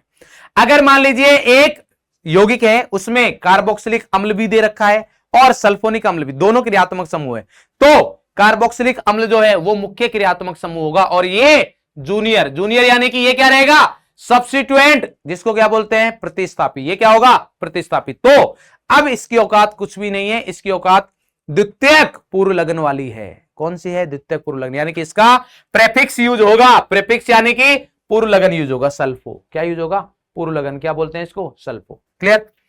तो सबसे पहले दोनों अम्ल आ गए, दोनों अम्ल के बाद अपन अब ऐसे फंक्शनल ग्रुप, ऐसे क्रियात्मक समूह को लिखेंगे जो बड़े बड़े क्रियात्मक समूह। उसमें आता है हमारे पास एनहाइड्राइड, तो कार्बोक्सिलिक एनहाइड्राइड आ गया थर्ड पर, सबके बारे में लिखा हुआ है।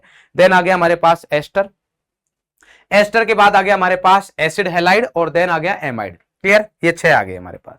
अब इसके बाद अपन ऐसे क्रियात्मक समूह को लिखेंगे जिसमें ट्रिपल बंध होता है, त्रिबंध होता है, तो वो हमारे पास है आरसीएन, इसमें त्रिबंध होता है, देन है आरएनसी, इसमें भी त्रिबंध होता है। अब ऐसे क्रियात्मक समूह को देखेंगे जिसमें द्विबंध होते हैं, वो हमारे पास 2 है। कौन कौन सा, एक एल्डिहाइड एक कीटोन। तो पहला आ गया हमारे पास एल्डिहाइड, देन आ गया हमारे पास कीटोन। क्लियर? अब आता है हमारे पास सिंगल बंध वाले, तो सिंगल बंध यानी कि एकल बंध, वो हमारे पास है एल्कोहल, थायोएल्कोहल और एमीन।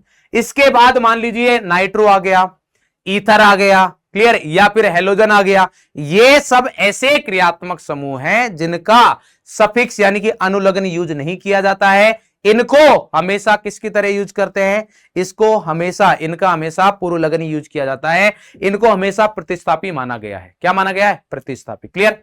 चलिए भाई, अब अपन बात करते हैं हमारे पास कि सर मुख्य कार्बन श्रृंखला का चयन कैसे करना है, मुख्य कार्बन श्रृंखला का चयन कैसे करना है। ठीक, अब आता है हमारे पास कि सर कैसे अपन को मेन चेन यानी कि कार्बन श्रृंखला का चयन करना है, उसका क्या नियम है। तो एक ही नियम है हमारे पास, उसी से सारी चीजें हो जाएंगी। क्लियर?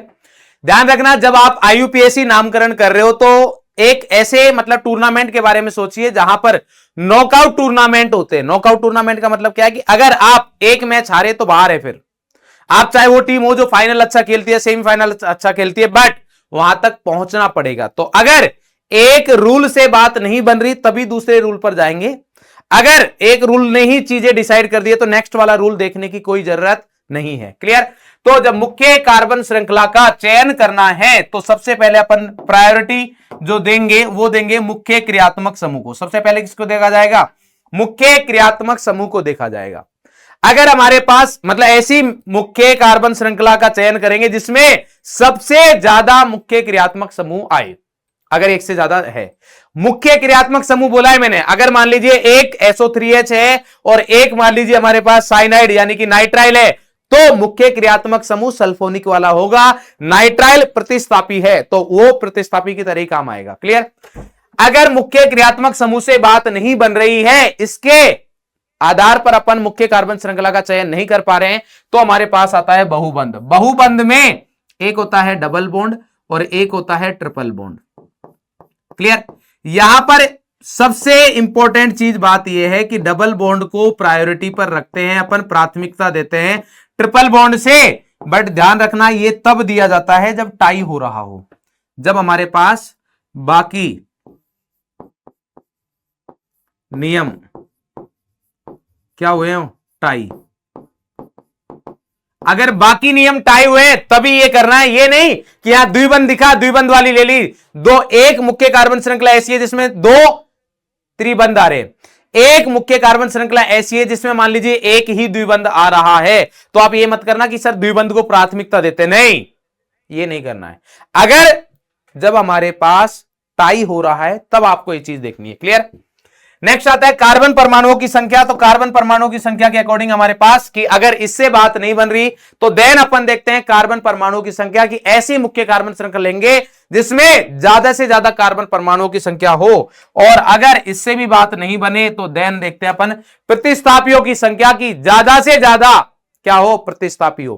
प्रतिस्थापी यानी कि जो हमारे पास साइड चेन थी, साखित श्रृंखला, वो हमारे पास आएगा। तो ये आपके पास रूल है, सिर्फ और सिर्फ एक यही रूल है, इसके अलावा और कोई रूल नहीं है। क्लियर, बात समझ में आ गई। अब नेक्स्ट आता है हमारे पास, यहां पर अगर अपन बात करेंगे, सर मुख्य कार्बन श्रृंखला का चयन तो हो गया, बट अब इसके अंकन का नियम बताइए कि किधर से नंबरिंग करनी है, नंबरिंग का क्या नियम है। तो नेक्स्ट आता है हमारे पास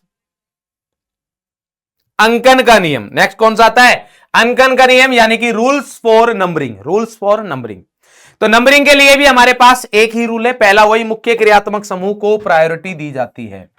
नंबरिंग उस साइड से करेंगे, ध्यान से सुनना, नंबरिंग उस साइड से करेंगे जहां से मुख्य क्रियात्मक समूह को न्यूनतम नंबर मिले। ध्यान रखना, मैंने न्यूनतम बोला है, न्यूनतम का मतलब यह नहीं होता कि हमेशा 1 देना है। क्यों बोला मैंने ऐसे, मान लीजिए हमारे पास ऐसे आ गया, ये एक मुख्य क्रियात्मक समूह, यहां पर OH मुख्य क्रियात्मक समूह है, तो आप गए नंबरिंग करने, बोले सर ने बोला था न्यूनतम करना है, तो न्यूनतम क्या कर रहे हो, 1 2 3, ये रॉन्ग है। क्यों, क्योंकि बेटा पहले मुख्य कार्बन श्रृंखला का चयन किया जाता है, तो जब मुख्य कार्बन श्रृंखला का चयन करोगे तो चयन में हमारे पास ये आएगा। अब नंबरिंग करनी है, अब अंकन करो, जब अंकन करोगे तो इधर से जाओगे तो 1 2 3 आएगा, इधर से चलोगे तो 1 2 आएगा, मतलब ये 1 2 3 4 ये सही है। पहले वाला जो 1 2 3 जो कर रहे थे वो क्या है, रॉन्ग है। बात समझ में आ गई। देन फिर से वही आ गया हमारे पास बहुबंध। बहुबंध में द्विबंध को प्राथमिकता दी जाती है त्रिबंध से, कब, जब द्विबंध और त्रिबंध मतलब बाकी जो नियम है उनमें टाई हो रहा है। बाकी नियम मतलब जैसे हमारे पास मान लीजिए ऐसा कुछ आ गया, ध्यान से देखना, ये है मान लीजिए यहां द्विबंध यहां त्रिबंध, क्लियर, ऐसा आ रखा है। और मैं आप सभी के लिए एक और केस बना देता हूं, मान लीजिए हमारे पास ऐसा कुछ आ गया, सही है। यहां पर अगर हमारे पास ये द्विबंध ये त्रिबंध, अब देखिए यहां से अगर चलोगे तो द्विबंध 1 पर आ रहा है, यहां से चलोगे त्रिबंध 1 पे आ रहा है, मेन मुख्य कार्बन श्रृंखला जो है वो यही है, तो टाई हो रखा है, बाकी कोई सब्स्टिट्यूएंट मतलब प्रतिस्थापी वगैरह कुछ है नहीं, तो अपन क्या करेंगे, नंबरिंग इधर से करेंगे। बिल्कुल सही बात है, इसमें कोई भी दोहराए नहीं है। बट अगर मान लीजिए मैं कोई दोहराए क्रिएट कर दूं, मतलब क्या है इसका, कि अगर मैं ऐसा कर दूं, कैसा, कि यहां पर एक कार्बन और ऐड कर दिया जाए, क्या कर दिया जाए, एक कार्बन और ऐड कर दिया जाए, मैंने ये कार्बन ऐड कर दिया, क्लियर, और इस कार्बन पर मान लीजिए मैंने मिथाइल जोड़ दिया, क्या जोड़ दिया, मिथाइल। अब आपको इसकी नंबरिंग करनी है, क्या करनी है, नंबरिंग। तो अब देखोगे इधर से अगर चल रहे हो तो 1 पर द्विबंध आ रहा है, इधर से चल रहे हो 1 पर त्रिबंध। आपने बोला सर टाई हो गया, नहीं, टाई नहीं हुआ, आप इस रूल के बेसिस पर नहीं बता पा रहे। नेक्स्ट क्या है कि प्रतिस्थापी को न्यूनतम अंक देना है, और अगर प्रतिस्थापी को न्यूनतम अंक देना है तो उस साइड से नंबरिंग करोगे आप। तो यहां से जब चल रहे हो तो द्विबंध और त्रिबंध के हिसाब से तो दोनों सेम है, तो ये तो डिसाइड कर नहीं पा रहे, तो अब क्या करोगे, नेक्स्ट देखना है प्रतिस्थापी।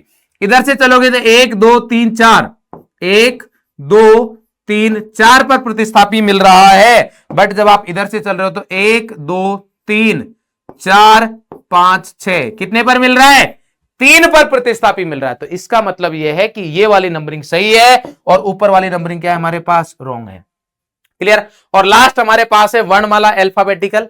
इसी के नियम, इस नियम के अकॉर्डिंग ही अपन ये बोलते हैं कि बहुबंध में द्विबंध को ज्यादा प्रायोरिटी दी जाती है, प्राथमिकता, कंपेयर टू त्रिबंध के। क्यों, क्योंकि इन और ये क्या होता है, आइन। तो इसलिए बोल रहा हूं कि पहले डिसाइड मत करो, क्योंकि वर्णमाला जो अल्फाबेटिकल का जो नियम है वो तो लास्ट नियम है, तो वो तब देखा जाएगा जब बाकी नियम क्या हो गए, खत्म, तब आपको वो देखना है।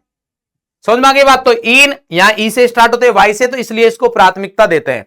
तो ये ध्यान रखिएगा, बहुत इंपॉर्टेंट एग्जांपल है। क्लियर।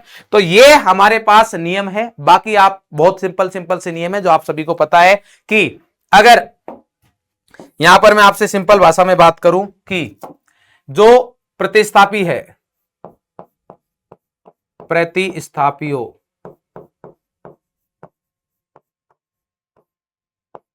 को अल्फाबेटिकल यानी कि वर्णमाला क्रम में लिखना है,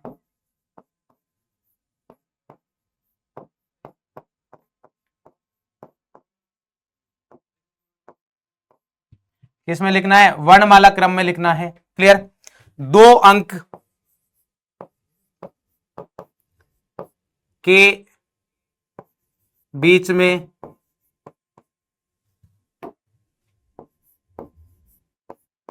क्या लगाते हैं अपन? कॉमा यूज करते हैं। कॉमा मतलब इस तरीके से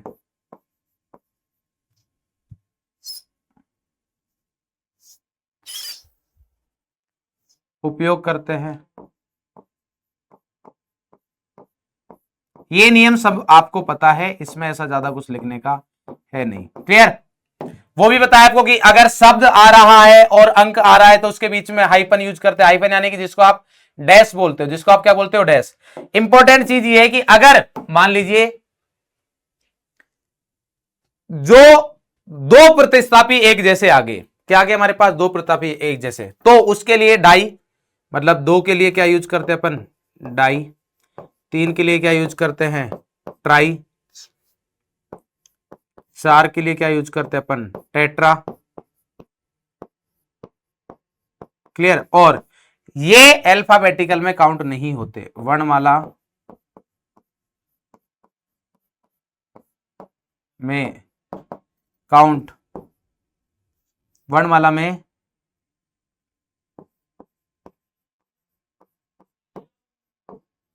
नहीं होते हैं। मतलब ये डाई है वो काउंट नहीं होगा। क्लियर। जैसे अगर मैं आपसे बात करूं, यहां पर क्या बोलना चाह रहा हूं मैं? 1 2 3 4 5 यहां पर हमारे पास दे रखा है, यहां दे रखा है ये कार्बन, ये कार्बन। क्लियर। और यहां पर दे रखा है 1 2। मुख्य कार्बन श्रृंखला अगर चयन करोगे तो ये होगी हमारे पास। क्लियर। इधर जाओगे तो भी कोई दिक्कत नहीं, चलेगा। नंबरिंग करोगे तो यहां से प्रतिस्थापी 3 पर आ रहा है, यहां से प्रतिस्थापी 2 पर आ रहा है। तो ये ध्यान रखना, ये नहीं ओ सर ये इथाइल है, अल्फाबेटिकल ऑर्डर। अल्फाबेटिकल ऑर्डर वर्णमाला क्रम लास्ट है, उससे पहले प्रतिस्थापी को न्यूनतम अंक वो इधर से मिल रहा है। तो ये 1 2 3 4 और क्या आ गया? 5। तो अब क्या करोगे? ये है इथाइल, ये क्या है? मिथाइल। तो मिथाइल को कितने मिथाइल है? 2, तो इसके लिए डाई यूज करोगे। तो डाई में किससे स्टार्ट होता है? डी से। इथाइल किससे स्टार्ट होता है? ई से। डी और ई में पहले कौन आता है? डी। तो आप बोलोगे सर डी नहीं, डाई ट्राई टेट्रा ये वर्ड जो है, ये शब्द जो है अल्फाबेट में काउंट नहीं होते, वर्णमाला में नहीं होते। इसका नेम आप लिखोगे 3 इथाइल।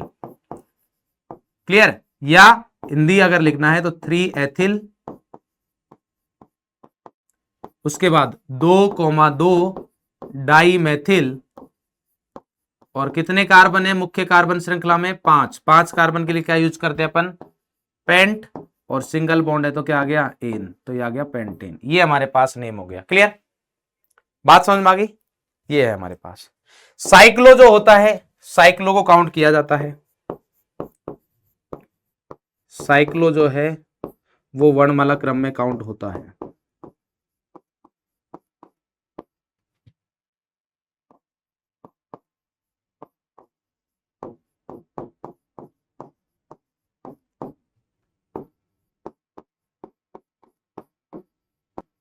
क्लियर। अब मैं आपको ऐसी कुछ चीजें बताऊंगा जहां आप मिस्टेक करते हो, तो वो चीज मैं बता देता हूं। वो हमारे पास ये है कि विशेष अनुलग्न, यहां लिखो रोचक पॉइंट्स।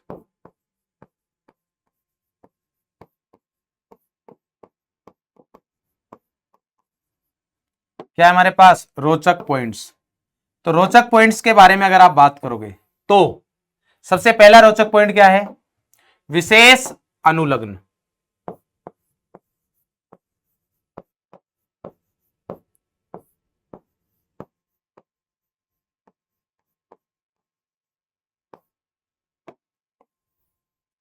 विशेष अनुलग्न कब यूज किया जाएगा, कब आप उपयोग में लोगे विशेष अनुलग्न को, इसके बारे में अगर बात की जाए तो यहां पर इसके दो संभावना हो सकती है जब जब अपन इसको यूज करेंगे विशेष अनुलग्न को।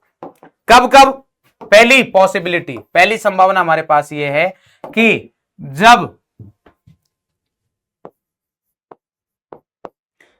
मुख्य फंक्शनल ग्रुप मतलब क्रियात्मक समूह, जो बता रखा है कि एफसी लिखेंगे अपन, मुख्य क्रियात्मक समूह वलय के साथ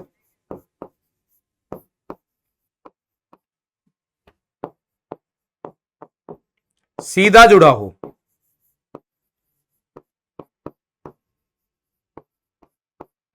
सीधा जुड़ा होना चाहिए। क्लियर? जैसे एग्जांपल लिखूं, यहां पर आ गया CN, क्लियर, यहां पर आ गया हमारे पास COOH। इस तरीके से अगर बेंजीन के साथ आ रहा है तो भी यूज कर सकते हो, नहीं भी कर सकते। कुछ कंपाउंड्स का जो कॉमन नेम है वही IUPAC नेम कंसिडर कर रखा है, जो कॉमन नेम साधारण नाम है, सामान्य नाम, उसी को IUPAC मान लिया गया है। जैसे ये है COOH, क्या है COH, इसका बेंजोइक अम्ल जो है वो IUPAC नेम भी है, सामान्य नेम भी है, तो इसके दो IUPAC नेम हो जाएंगे, बेंजोइक अम्ल भी है और कार्बोक्सिलिक अम्ल भी है, बेंजीन कार्बोक्सिलिक अम्ल। तो इसका सामान्य नाम क्या होएगा? बेंजोइक अम्ल।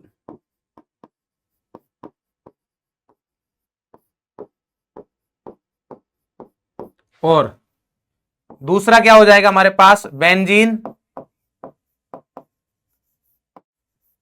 अब ये कार्बन आपने काउंट नहीं किया है क्योंकि बेंजीन का मतलब तो ये है, तो इसका क्या नाम यूज होगा हमारे पास? विशेष अनुलग्न। वो क्या है? कार्बोक्सिलिक।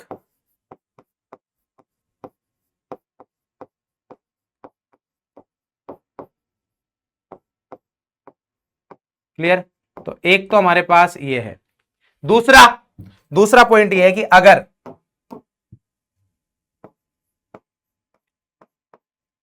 दो से ज्यादा मुख्य क्रियात्मक समूह हो,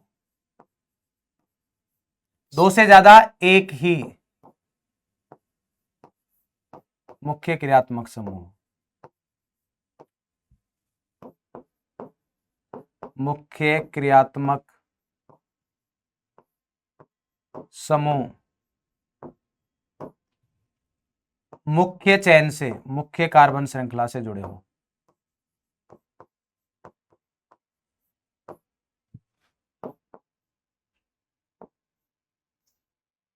मुख्य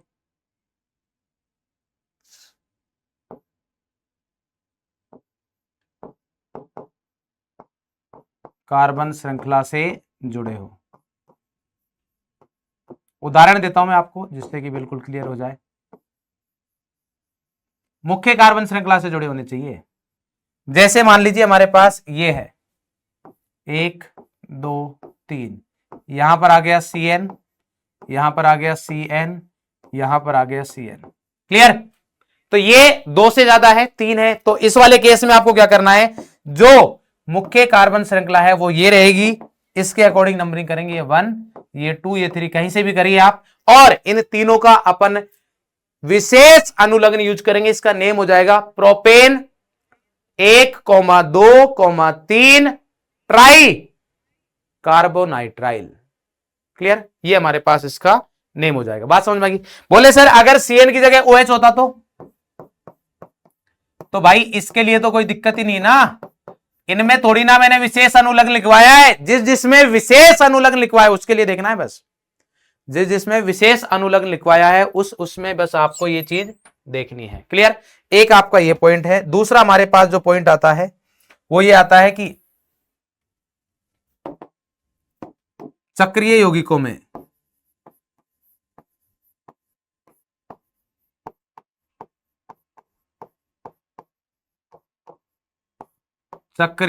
यौगिकों में यदि वलय तथा श्रृंखला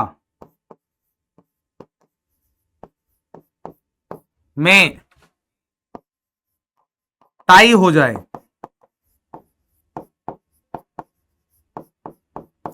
तो वलय को वरीयता दी जाती है। वरीयता लिख लो या प्राथमिकता, जो भी लिखना, वलय को प्राथमिकता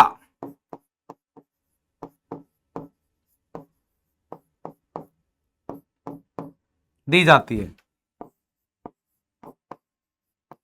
क्या मतलब है सर इसका?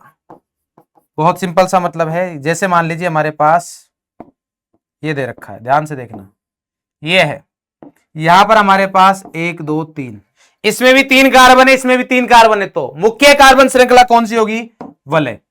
1 2 3 कहीं से भी कर लो नंबरिंग, मतलब 1 यहीं से आएगा। क्लियर? दूसरा, अगर मान लीजिए हमारे पास ऐसा हो जाता 1 2 3 और यहां पर मान लीजिए यहां क्लोरीन लगा दिया या यहां क्लोरीन लगा दिया, इस वाले केस में मुख्य कार्बन श्रृंखला हमारी ये रहेगी। ऐसा क्यों? क्योंकि अभी मुख्य कार्बन श्रृंखला जो बाहर वाली रखी अपन ने, उसमें 1 और 1 2 प्रतिस्थापी है, जबकि अगर आप इसको मुख्य कार्बन श्रृंखला लेते तो ये पूरा एक ही प्रतिस्थापी रहता। इसलिए ये हमारे पास 1 और 1 2 ये हमारे पास काउंट होंगे। क्लियर? तो ये कुछ पॉइंट्स थे हमारे पास महत्वपूर्ण।